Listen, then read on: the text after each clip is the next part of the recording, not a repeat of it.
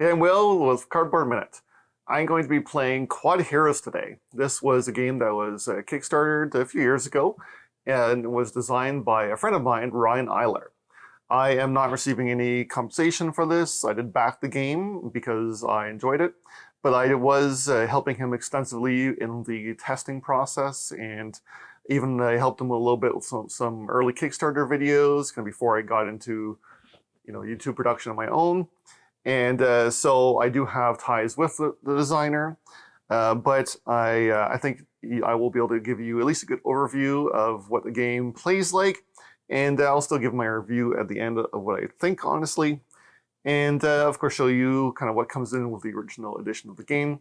Ryan is currently trying to launch a second edition, so Kickstarter, which will kind of streamline some things and refine things, make the rules a little clearer, and hopefully bring a game to a whole new group of gamers. So I will be playing a solo playthrough. I'll explain how to play the game, and then I'll give my review at the end. So let's head down to the table and take a look. So right here I have the game set up for one of the solo or cooperative scenarios called Ice Cubed. It is scenario number 4. And I think this will give you a quick overview of how the game will play, as well as what some of the solo scenarios have to offer. But there is quite a breadth of amount of content that you can play in the game that really changes up the game mode. But the same basic rules will remain. Here I have the first player token, which is not necessary. So every person is going to pick a character. I have here Forest Stump, and there is also 2 minis in this collection of each character. One that will actually be tumbling around on the board, and the other one is a reference miniature, so that you can actually kind of look and picture how the movement is going to work. And that way you're not actually picking up and displacing the character on the board. And this can be important because grasping the tumbling mechanic can take a little bit to get used to. So in this scenario, we have 2, AI controlled players who are basically just frozen in blocks of ice. And your job is to rescue them by tumbling your way over, collecting the crystal, pushing them onto the red square here, placing the crystal on the activation spot, and flying them using the beam, in which case they'll be removed. If any of the characters fall off the map, then the scenario is considered lost. Of course, I can push them around, but thankfully events will not cause them to move. So, because we will be drawing from the deck. Before setup, you will be following the instructions in the scenario. Typically, the deck you have to go through and discard cards or remove cards that have symbols at the bottom that do not match the scenario. So, for example, the 3-player, the 3 cube symbol, is going to be removed, and the 4 cube symbols, expansion symbols, anything that is not currently in use. And then you're also going to build a deck with a random assortment of tools and character and pets. So the main part of the game is you are going to have your player board here.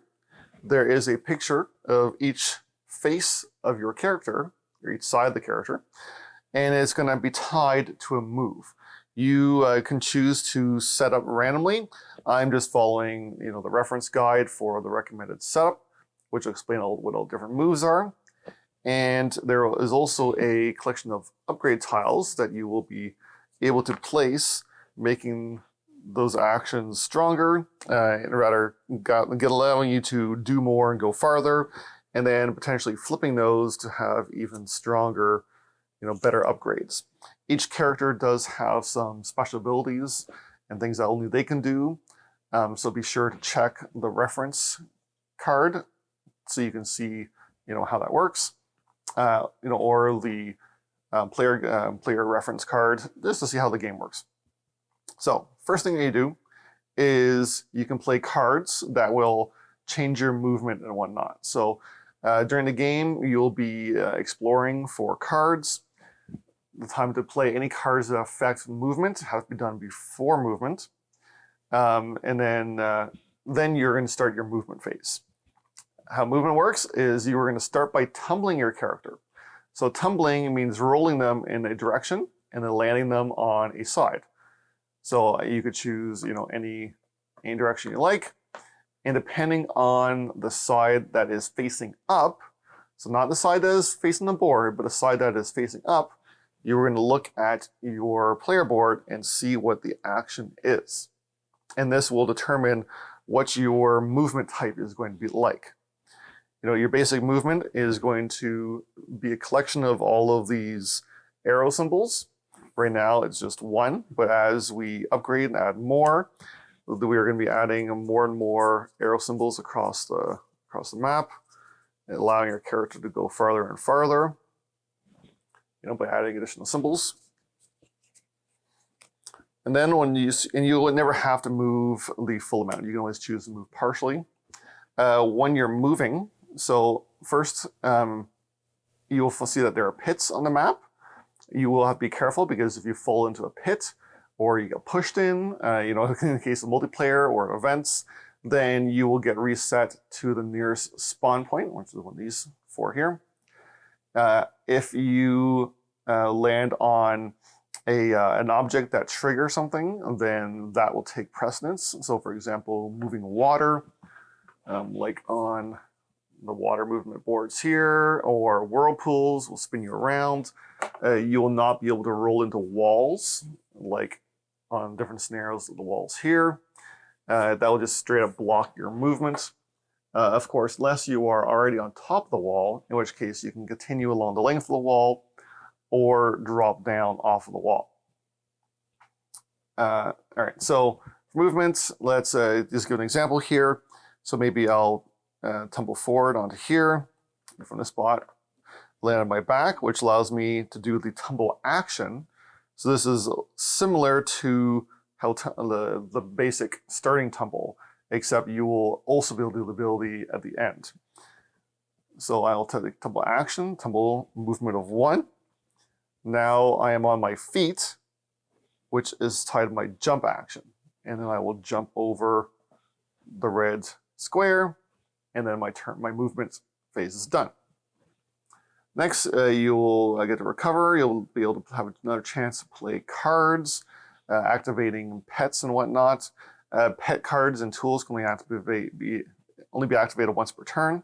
Then after your recovery phase, you will begin exploration, which you are going to look at all of the magnifying glasses that you've collected through upgrades and whatnot.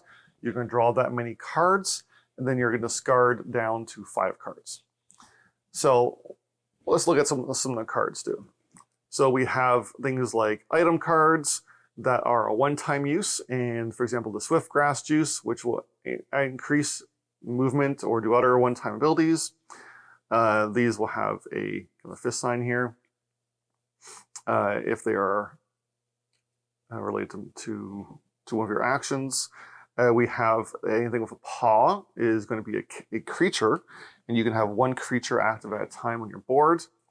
If there is a lightning bolt, which I don't know if I can find one here, that means that it can be played at any time except for during your movement, and any time could also mean during an opponent's turn. And then the tool cards, which have, I just passed one earlier. Tool cards have a pin here. They will go into, and the gear, they will go into your tool side of the board, and they will give you an ability or something or an effect that you'll be able to do once for each turn. So after your exploration phase, then we're going to cover end of round, kind of catch up. So here we're going to be looking at some of the various moving items in the game, some things that you'll have to do a little bit of upkeep. Number 1 first thing being bombs. So there are these bomb dice, and the number that they are showing is the number of spaces they will move in their current direction at the end of the round. So in this case, 1, 2, 3.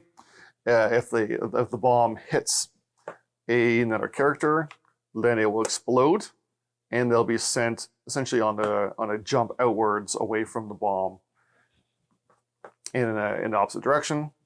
Then you'll have moving tiles. We don't have any on this board, but some tiles will have arrows on them that will cause them to shift and move around the board, moving platforms and whatnot that may act as like it may go back and forth.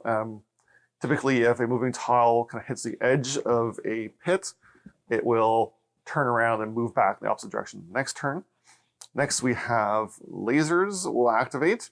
In a lot of cases, lasers will have a range, or maybe we'll have reflectors that will redirect which way the lasers will go. And lasers, depending on the scenario, could cause a barrier or something to form until you can remove the laser. And then we have sheep. So there are no sheep in this scenario, but there are sheep cubes that also can have a mind of their own, and you'll have to check how to control them in the rulebook. Sometimes it depends on the scenario. And sheep are usually one of the game modes that involves kind of collecting and protecting the sheep. So they will move next. Then you will do a world event, drawn from the card, and then adjust the time tracker. If it hits 0 before we complete the objective, we lose the game. And then you have a chance to upgrade your hero. So you'll be selecting one of the upgrade tiles and placing it on your board, in the corresponding spot. And then eventually you will also be able to choose, instead of placing, actually you get to choose which side you will place the upgrade on. So you decide whether you want to explore more or whether you want to flip it and do more movement. So green is movement, blue is more exploration for cards and whatnot. And cards, even while movement seems good, cards cannot be forgotten, because they can often give you cool special abilities or let you place new items.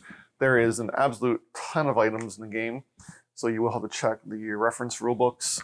Anything from cannons that shoot bombs to teleporters and switches, springs. There's kind of a little bit too much to go through. Going back to movement real quick. Most movement you will have to continue in a direction that you started in, whether it be a jump or move, with the exception being dash, which will allow you to change your movement kind of as you go. So that pretty well does it for the explanation. Again, depending on the scenario, there could be all kinds of things. If you have the expansion, it will add lava and whatnot. So in solo modes, again, just depends on the scenario. Some scenarios may have you racing, collecting crystals, in which case when you are on a crystal location, you pick it up and add to one of your hold locations. If you're passing adjacent to another player, that could be orthogonal or diagonal, you can steal a crystal, and that could even include during movement. So in the games where you are racing to collect crystals, there's a lot of stealing crystals kind of back and forth as you go. And that is pretty well it. So let's head down to the board and begin play. All right, so I quite liked how the movement for my example worked, so I'm going to do the same thing. I'm going to tumble forward. It's going to trigger my back, which is another tumble action. And then it's going to trigger my feet, which is a jump. All right, so I have no cards to play and nothing to recover. I'm going to explore for 1 card. So I get to choose a card from the pile here. And I think I'm going to go, I could go for a pet, but my character is pretty good at getting pets already. Maybe I'm going to get the bonus to my jump skill. That could help me to leap on the other side of these guys so I can get ahead. Let's put this over here. And draw a new card. All right, so now in a round, we would do bomb movements, tile movements, laser, sheep. There is none, so we're going to draw in a round card, world event. Players may continue their move after using tunnels and or teleporters this round. Okay, well, we don't have any right now, so we'll just leave that here for now. And then we get to upgrades. I'm going to grab this upgrade here, which allows him to have an extra movement and to change directions during his move, which I think is going to be key for directing these guys around without pushing them into a pit. First player will pass, and then it's back to my turn. So I'm not going to be doing a jump this turn. I mean, unless I move backwards. If I go backwards, so this is where the reference comes handy. If I go backwards, I can tumble again and then jump. And that could get me pretty far, like, on the other side of those guys. Instead, if I tumbled onto with my face, I would just move 1, 2, and then, yeah, it'd still be set backwards. So I'm actually going to roll backwards, which is going to activate my back, which is another tumble. So I could tumble 2 now, but instead I'm going to, roll 1 and then 2. You'll have 2 movements, and I activate a jump. And my gummy juice, which I used, is going to add 3 to my jump this turn. So we have, and this counts diagonal movement as well. So we're going to go 1, 2, 3, which puts me a little bit in a better position for pushing this guy, Zozo, the pirate bird, into position. Next, I'm going to recover, of which there is no recovery. Exploration is still drawing 1 card. And I think I'm going to have to do, let's see, what's his other side here? So that is not the side of the crystal, it is the diagonal movement one. So that could be quite good, actually. All right, so I'm going to take the Swift Grass Juice, and then keep that. Let's refill here with Herald's Secret. And then we're going to end up round upkeep. There is none. World events. This round, all heroes may break walls as they move. Okay, there's no heroes anyways. Time. I'm steadily running out of time. I gotta hurry up and do some things here. So that will let me flip the opposite side. You may place tokens under a hero. No, I'm just going to go for movement. We got to move faster. We are already running out of time very quickly. All right, so now we are going to go back to the next round. So power phase, I'm going to play my Swift Grass Juice. Gives me +3 to my movement. We're going to tumble over. Let's see here. On his, you know what? That's not quite what I want. I could go onto his face. I could go back onto his crystal side, which gives me the dash. That's probably what I want to do. So crystal side of dash. So I'm gonna have 3, 4, 5, 6 movements. 1, 2, 3, and then 4, 5, 6. Movement here. And okay, so he's getting a little closer to where he needs to be. Then we are going to recover. There's none. Explore 1 card. I think we already use dash this turn.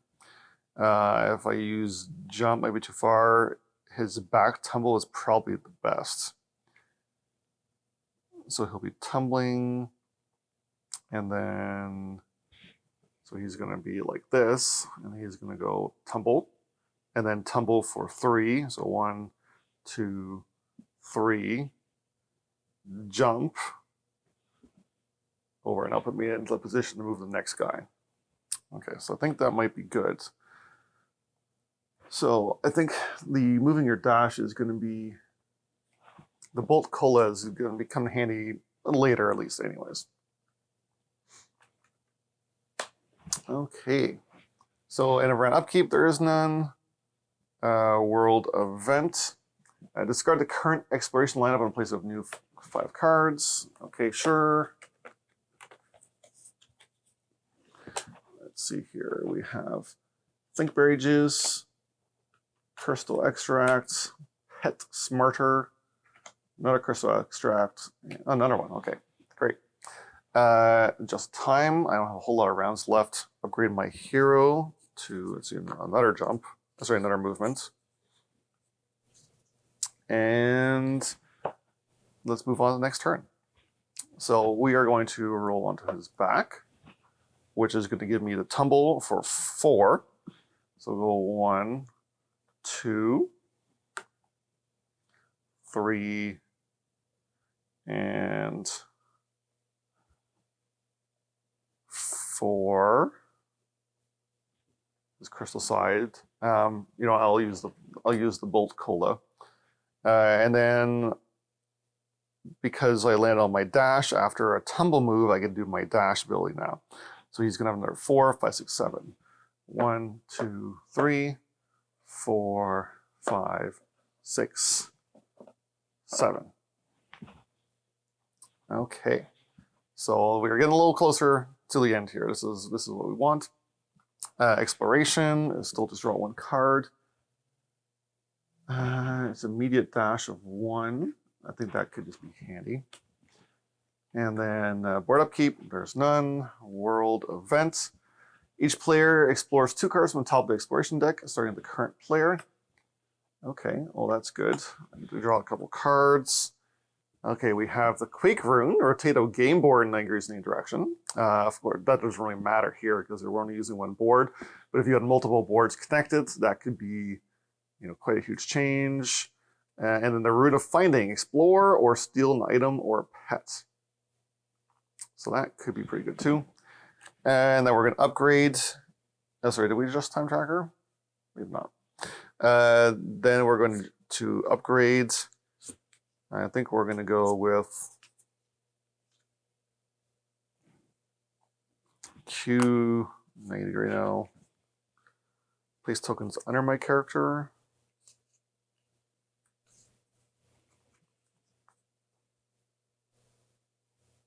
Oh, I can use the upgrade skill. Okay, let's take one of these. So this has the flip skill side. Let's see here. Whoa, focus. And this will allow me, when I take that, to flip over a skill. So I could add extra movements. Walls. I could add explore when you dash. Tumble through walls. Jump farther. I'm going to be tumbling next turn. So tumble, and then 1, 2, 3, 1, 2, 3, 4. So tumble, and then 1, 2, 3, 4. All right, it's a little bit complicated. Tumble, and then 1, 2, 3, 4. Crystal. So yeah, I'm going to make my dash a little bit stronger for next round. And okay, first player passes. All right, so now it's time to power up. We are going to do as much as we can here. So first, rune of finding. Explore or steal an item or pet. I don't really have a pet yet. You know what? I might just take the item over here to pet smarter. So I may have additional pet, but I can also explore an additional card during exploration phase, which might be clutch for the last round. And I do not need the Quake rune. I don't really need dash right now.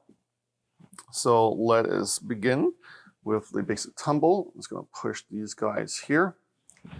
On my back tumble, 1, 2, 3, 4 movements. 1, 2, 3, 4. And it is the crystal, which is dash. So 1, 2, 3, 4 dash. So 1.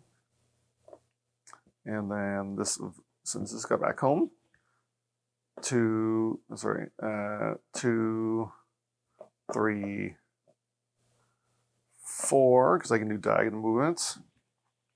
And then I'm going to recover, and I'm going to play my crystal extract number 4 for additional 1 dash, and that's going to thaw him. I guess I should have flipped this over to show the laser is active.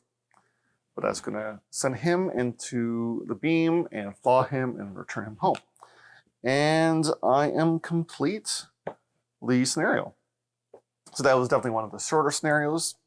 Just to show off more components while we're here.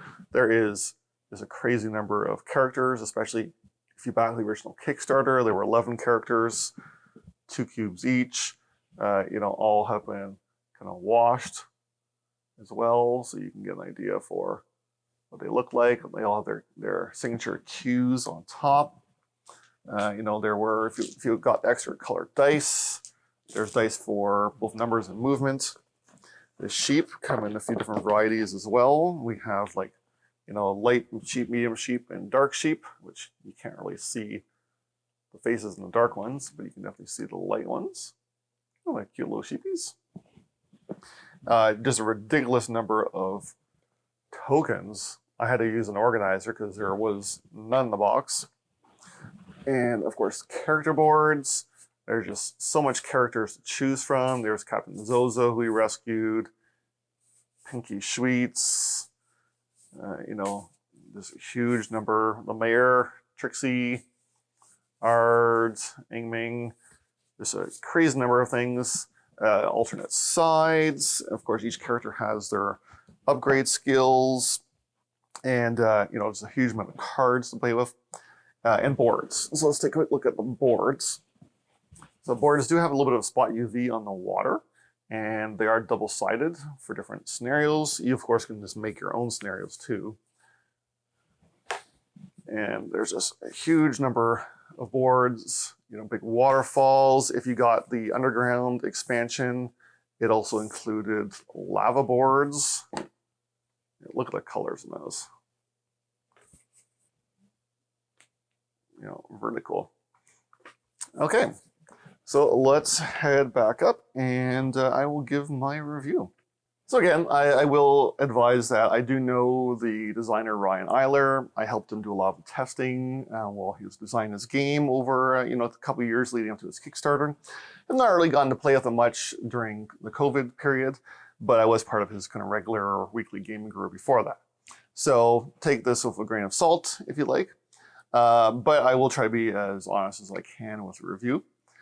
So first of all, while he did have a very successful Kickstarter for the first edition, I think he went a little overboard with the content. It was just both a good thing and a bad thing. There is just a ton of things to play. It is a good example of kind of earlier Kickstarter bloat where there was just so much stuff put in the box and so many stretch goals. And it probably set him back a little bit trying to put all these things together, and definitely took him some time. But he delivered. There's unfortunately no insert in the box, and with this many tokens, it is necessary to kind of roll your own solution. So I'm glad to see that he's putting in a insert solution for the latest Kickstarter. The characters. While with the wash is cool on them, it's a little dark. But the characters are excellently designed. They're not all completely square, but that's kind of fine because they still sit in one place on the board. You're not rolling them. They don't need to be balanced or anything. But they're original. They're cool looking. It's pretty easily identified which ones are which. Sometimes the left hand, the right hand can mess you up a little bit, but for example, the case of Forrest Stump, there's a crystal in one hand, so that sets it apart a little bit. So it's a little bit easier to see, and Ryan did try to kind of make it easier to see it that way. The concept of tumbling your characters, especially when you're trying to chain, like the tumble, which will let you then activate another tumble, another ability, can take a little bit of planning, which is why he included doubles of everything, and so you can kind of sit there and figure out where you're going to go. But typically the game flows very quickly. It is also very chaotic. Famously, when Tom Vassell from the Dice Tower reviewed this game, he took one of the World Event cards and tore it up on screen. And I'm not surprised. There are definitely some event cards in here that are, for lack of better words, complete BS. They're total nonsense and unfair to everybody. But you know what? Remove them. Just don't play with those event cards. Go through the deck and take them out ahead of time just to balance it out. And that's fine. A little bit of house rules here and there. The basic gameplay is here. the varieties here, the scenarios, collecting sheep before they run themselves, off a waterfall, or you're racing around trying to collect crystals, fighting other characters and stealing crystals from each other. There are so many different game modes, both solo, cooperative, and multiplayer, that it really makes for a fun experience. The art and graphic design is fantastic. These maps just come alive with how vibrant they are. And the spot UV, everything has just turned out great.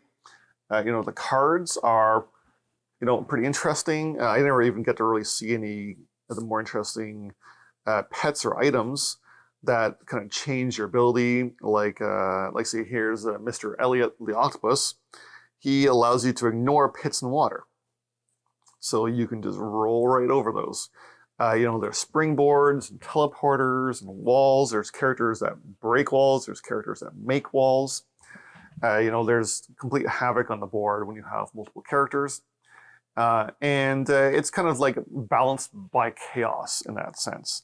Each character, I think some of them may feel stronger than others depending on the scenario. I think there's kind of like enough chaos thrown in that everyone has access to that and to these crazy abilities and crazy cards. It kind of balances itself that way. And while while we were in the testing process, we had to sand off some of the edges a little bit and make some of the possibilities not too extreme. I think Ryan did a good job balancing cards so that you could still have those big turns for memorable games, and I think that was really a mark of an inspired design. Is when you still feel like you did something cool, and it was memorable whether you won or lost. And so for that, I do give Quodd Heroes, a good review.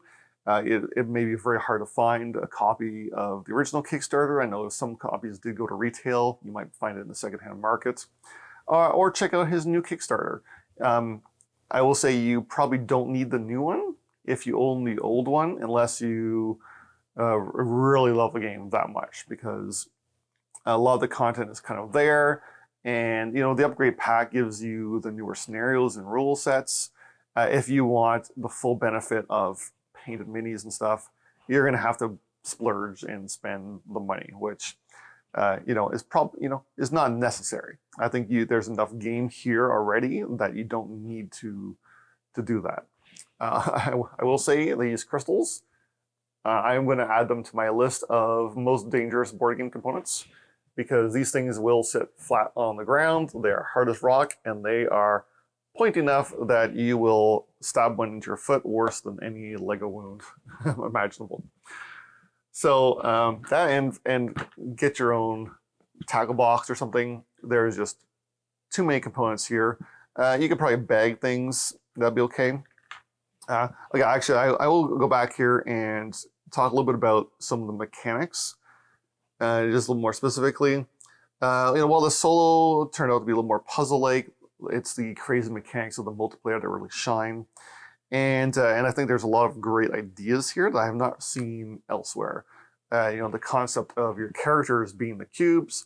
I've seen lots of games where your character is a die or a monster is a die, but the fact that it tumbles around and activates things is pretty unique.